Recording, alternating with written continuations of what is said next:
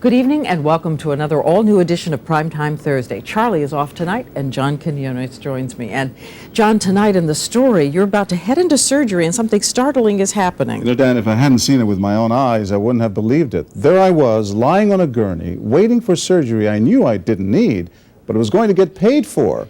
It's a major hidden camera investigation, months in the making. How I got there and how much this is costing us all is an amazing story. This is not just another doctor's appointment. I am minutes away from major surgery, about to go under the knife for an operation I don't need. Tonight, Primetime's hidden cameras take you inside what the FBI calls one of the largest medical insurance scams in history, involving thousands of healthy people across the country. Patients like this dental technician, recruited and paid to undergo medical procedures and cheat insurance companies. They offer me money, why not? You know, that's what I thought. You were renting your body. Yes, I know, it's really bad. But I'm human, you know. For a few dollars, somebody is going to subject a human being to carving them up, subject them to risk. That's as bad as it gets. Rarely does the FBI discuss an ongoing investigation, but the agency made an exception because this scam is so big. Insurance companies have already been hit with $500 million in claims, and lives are at risk. It's really almost mayhem. It's almost selling body parts. This is a terrible crime. No one knows that better than Glidewell Laboratories in Southern California.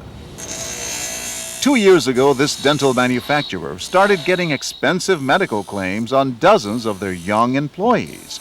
Even more unusual, they noticed that some of the workers who were having procedures like colonoscopies were also getting cosmetic surgery. Who goes and gets their breasts enlarged and, at the same time, have your colon checked out? It doesn't happen. Some of the company's employees now admit former co-workers offered them cash and even some free cosmetic surgery if they'd go along with the scheme. Miguel Elguerra says it was a deal he couldn't refuse. They give you $1,000, And I think, how bad this thing is. Oh, it's nothing. It's just 1 hour. And then the company started getting the bills, $10,000 or more for a colonoscopy, which typically costs $2,000. Glidewell ended up with a bill for $1.4 million. The company owes most of that because it's self-insured. It really hurts. We make teeth. You have to make a lot of teeth to make up $1.4 million.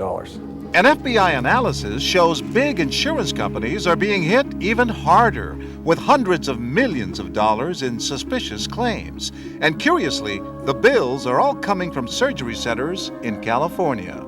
It's a truly nationwide scam. We have patients who've traveled from 46 of the 50 states to Southern California to have these surgeries. So we decided to see for ourselves how easy it is to become a rented patient. We've heard that people get recruited in Houston, Salt Lake City, Little Saigon, south of Los Angeles, and it often happens in, of all places, nail salons. We asked Jamie Nguyen, a local ABC producer who speaks Vietnamese, to call salons asking about cosmetic surgery. Hi chị, em muốn kêu để... Sure enough, Jamie is told to show up at this Houston salon. Wearing hidden cameras, she and a photographer meet this woman named Kimberly. Jamie tells her she'd like to get a nose job and surgery to reshape her eyes. She told me that I can get some cosmetic surgery via my insurance company. You don't pay your cash money. Now you understand? They take the money from the insurance. I just couldn't believe it because I've never heard of insurance companies paying for cosmetic surgery. But before she can have cosmetic surgery, Kimberly wants Jamie to fly to California for a medical procedure she doesn't need, a colonoscopy. But we can't pretend that I got my colonoscopy. We have to really do the colonoscopy. You have to.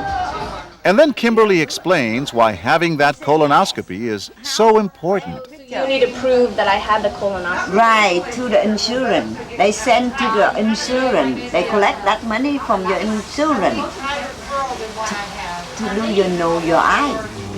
In other words, the clinic can charge thousands of dollars for Jamie's colonoscopy, and that would cover the cost of her cosmetic surgery. This is really cheating, but we have to cheat in good, not cheating with no good, okay? And then she tells Jamie to make up phony symptoms to tell the doctor. Just lie. You know, you lie, you doesn't hurt, right? Yeah. So you have insurance paid for. Kimberly then calls a contact in California, another woman named Kim, to arrange our trip. She fly on Friday night. Our producer, Jamie, and a photographer arrive in LA wearing hidden cameras. Kim picks them up. The law won't allow us to record private conversations in California, but we can show you what happens. They're on their way to the doctor's office. Kim tells Jamie not to mention cosmetic surgery, but to complain about symptoms. Kim told me she wanted me to ask the doctor about stomach problems, migraines, really bad migraines. Kim takes Jamie to a medical building near Beverly Hills and escorts her into this doctor's office. Kim acts like she works here. She helps Jamie check in and even goes into the exam room. It was almost like a hawk watching me to make sure that I would say the right thing. Jamie, a healthy 28-year-old, talks about indigestion when she eats spicy food and menstrual cramps. First, she's given an ultrasound, and then, after a brief exam, the doctor says Jamie needs an endoscopy, where a tube is to be inserted under anesthesia through her mouth and into her stomach. If someone comes to you and says, I have indigestion when I eat spicy food, what would you say to them? Generally speaking, that would not be a reason for an endoscopy in an otherwise young, healthy individual. Dr. David Pura of the American Gastroenterological Association says endoscopies are usually recommended for older patients. Simply telling her not to eat her spicy food, that would have been the simplest thing to do. But the next day, our producer is scheduled for her endoscopy at a surgery center. She hasn't even met the doctor, but here she is in her gown, about to be given anesthesia. Finally, she tells the staff she's having second thoughts and needs some fresh air. A nurse gives her oxygen, but Jamie tells them she's changed her mind and won't be having an endoscopy after all. We showed our expert video of Jamie being recruited. It's deplorable behavior. Unethical. Unethical, fraudulent, and it's hurting all of us. But no one, it seems, wants to talk about it. Remember Kimberly at the Houston salon? She now denies arranging our California trip. And what about Kim, the woman who set all this up once we arrived here? Well, we tried to talk to her outside the surgery center. Why are you offering people cosmetic surgery? I do not offer anything. Cosmetic surgery if they agree to have other operations that they don't need. Can you talk to Look, us? sir, I'm not a doctor, okay? As for the doctor who ordered the endoscopy, her office tells us she's now working somewhere else. And when we show up at the surgery center, they lock their doors. You have to leave the property now, or I will call LAPD. Do it anyways, just call LAPD. They have to leave right now. Why do we have to leave? We're here to see a doctor. When we come back, I go undercover as a patient at another clinic to find out what renting your body is all about. Once again, John Quinones. Fraud experts call them rent-a-patients, a pipeline of healthy people all across the country enticed for a fee to get expensive surgery they don't need. As we continue, Primetime goes to where the scam begins with an unscrupulous recruiter. Her name is Fung Cao. Hi, how are you? Good, how are you? And you're watching on hidden cameras as she tries to recruit our producer in Salt Lake City to have surgery in Beverly Hills. It's clear from what the recruiter says that this is a financial arrangement that can benefit everyone involved. The doctor's office make money from charging the insurance for the procedure. Each person I bring in, I get $1,000. Okay. How much money do you think I could get for it? The max I say you can get is probably $800. $800? Yeah. Fung Cao wants our producer to have what's commonly known as sweaty palm surgery. I get more money for sweaty palm. Okay. That's the highest pay, the highest money they give me. Sweaty palm surgery is for a condition called hyperhidrosis, which causes the hands to sweat excessively.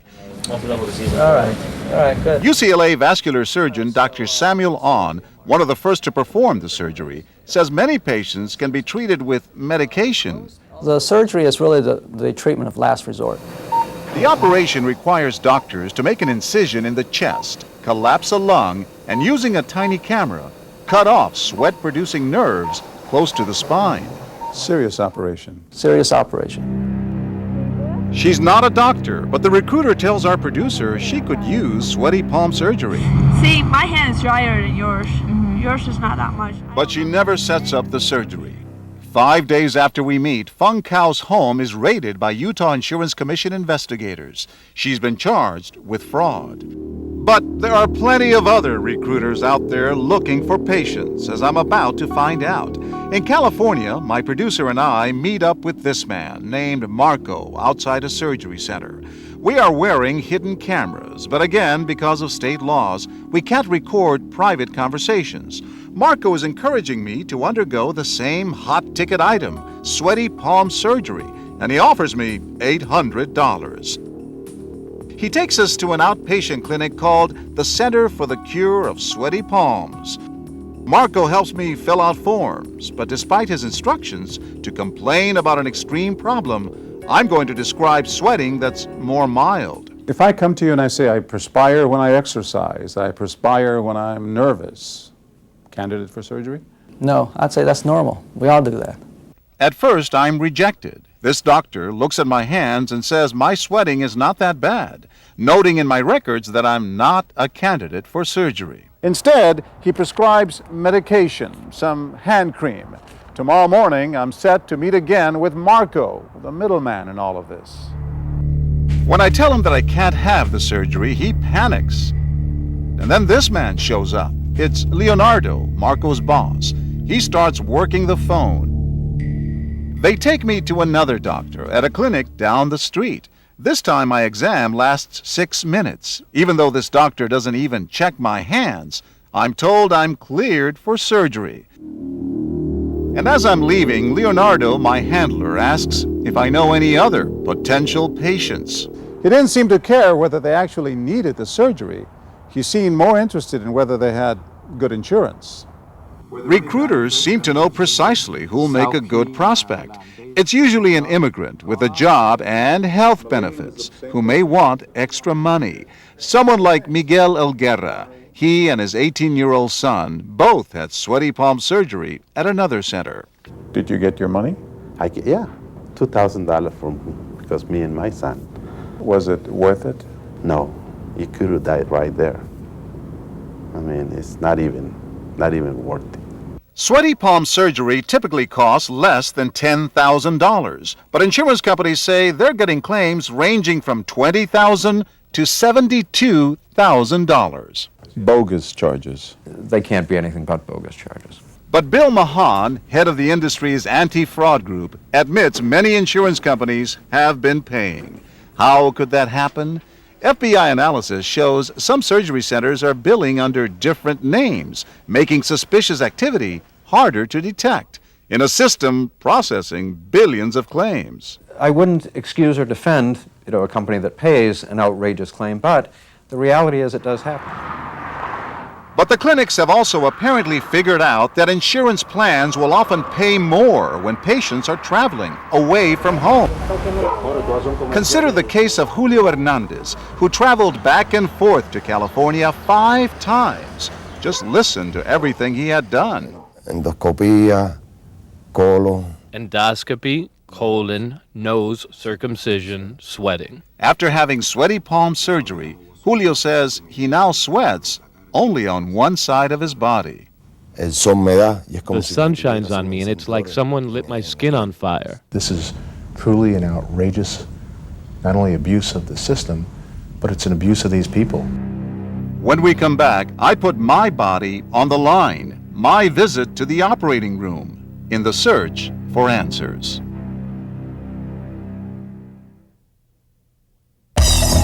Once again, John Quinones. I'm about to report for surgery that I don't need. It's also time for the tables to turn. The operating tables, that is, a time to get answers. Saturday morning, the day I'm supposed to have my sweaty palm surgery. I arrive wearing hidden cameras, and I'm being told that I have to be examined by another physician, Dr. William Hampton. I tell Dr. Hampton that I'm sometimes bothered by my hands sweating during exercise, when I'm nervous and at the computer. His exam lasts 11 minutes, but he agrees to do the surgery 2 days later. My recruiters, meanwhile, leave me phone messages telling me our deal is still on.